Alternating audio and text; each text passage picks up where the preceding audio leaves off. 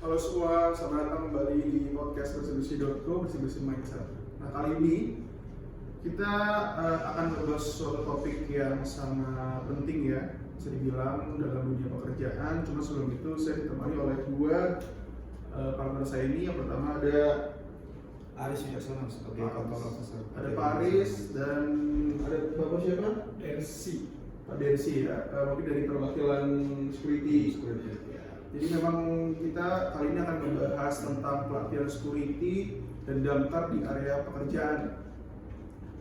Oke, karena mungkin dari training atau pelatihan APAR atau pelatihan security di area pekerjaan itu terutama ya dalam konteksnya security itu memang sangat penting dan sangat ya perlu dipahami ya Pak ya. Siap. Karena mungkin selain security dan keamanan juga bisa mengantisipasi ketika memang ada bencana kebakaran terjadi. Gitu ya. Nah, oke kita lanjut. Sebelumnya Pak Dersi sama Pak Aris sudah pernah melihat atau sudah pernah belajar atau benar-benar pelatihan benar-benar untuk damkar gitu nggak, untuk mencegah kebakaran? Ya, baik Mas Iki. Sebenarnya gini, kalau di divisi security itu memang kita melalui beberapa proses. Dalam arti gini, sebelum kita menempatkan personil di lapangan itu kita sudah ada yang namanya pelatihan pertama. Nah, salah satunya sudah termasuk itu cara penanggulangan pemadam kebakaran. Salah satunya penggunaan karung basah itu memang sudah diadakan di pelatihan. Nah, untuk berjalan waktu itu kita di project itu akan melakukan reminders, pengingat. Ya kemungkinan bisa di 1 tahun itu bisa 2 kali kita mengadakan simulasi APAR tersebut.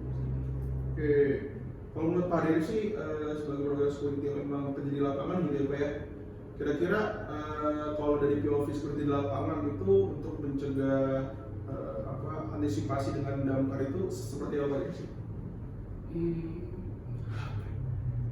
Apakah sangat penting untuk security? Pasti penting lah, karena kan kalau ada sesuatu di kerjaan terjadi kebakaran ya pasti security yang duluan. Security yang duluan. Ya, maksudnya kita harus mencegah apinya dulu sebelum menyebar kemana-mana. Oke, berarti sebenarnya security juga ikut mencegah atau memandu para yang bekerja di kantor atau lapangan sini gitu ya, untuk bisa mengamankan diri gitu. Oke, cuman biasanya kalau di tempat kerja Mas Dersi itu ada APAR gitu nggak sih, atau ada alat apa untuk bisa? Kalau APAR ada. APAR ada. Selain APAR atau ada alat lain atau alternatif kira-kira? Enggak ada, kalau APAR ada. Kalau APAR ada, memang fungsinya memang dipakai untuk kalau memang ada bencana. Ya. Oke, kita lanjut ya.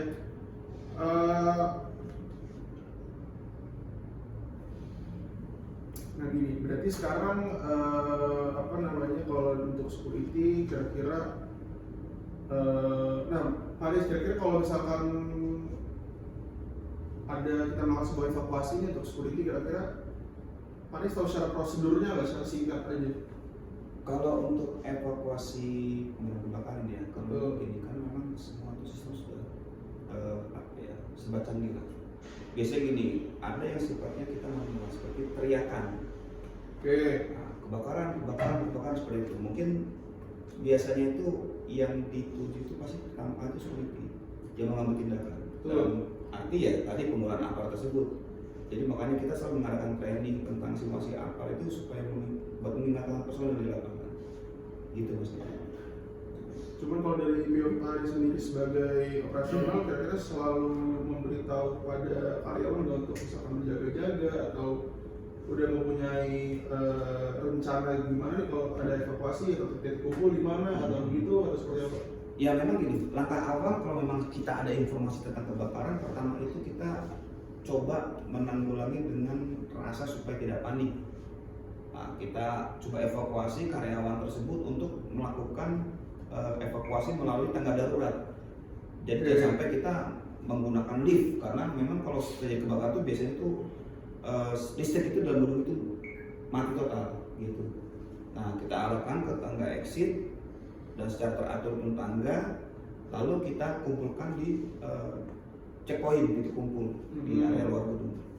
Nah nanti ada beberapa tim dashboard itu yang menghubungi pihak damkar kan, seperti itu Mas Diki. Oke, berarti bisa bilang seperti itu juga nggak boleh jadi orang yang panik banget gitu ya? Betul. Karena memang yang memandu Siap, juga ya, kalau betul. panik sama panik agak Betul. lumayan chaos juga gitu ya Pak ya? Iya. Oh gitu. Oke, berarti memang personal security memang harus siap untuk siap siaga gitu ya Pak ya? Siap, betul. Ya intinya gini, kalau untuk personal security di lapangan itu pertama itu dia sudah paham dengan apa yang sudah kita trainingkan gitu dalam simulasi. Terus yang kedua itu semaksimal mungkin kita nggak usah panik. Yang penting sudah terkoordinir, nanti masing-masing tim itu bisa melakukan koordinasi.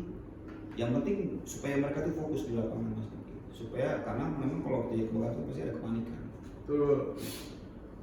Kalau untuk misalkan kayak kemarin kita juga ada pelatihan ya Pak ya, untuk security damkar, kira-kira respon user gimana kalau ada pelatihan training seperti itu? Kalau user feedbacknya bagus Mas Diki. Bagus. Kalau bisa ya memang itu memang harus diadakan secara berkontinu lah, menyambung lah. Dalam arti jangan cuma awalnya aja, tapi tetap mau dibikin per 6 bulan sekali atau mungkin setahun sekali itu teknisnya nanti memang dikondisikan di lapangan antara user dengan BUJP seperti itu. Jadi memang ada feedback bagus. Siap. Dan Betul. memang setuju gitu ya Pak ya? Siap, betul. Oke, kalau mungkin sekian ya Pak ya pembicaraan kita kali ini. Siap. Terima kasih Pak Densi ya sudah hadir untuk bisa ngobrol-ngobrol sebentar aja ya Pak ya dengan materi topik pelatihan damkar ini ya. Juga mungkin Pak Densi juga karena mungkin orang security di lapangan mungkin sangat setuju dan sangat paham lah gimana situasi lapangan apa dan pentingnya pelatihan ini Pak ya. Ya, siap. Oke, kalau dari saya juga terima kasih. Jangan lupa follow, like, comment, dan share, dan jangan lupa tunggu episode selanjutnya. Terima kasih.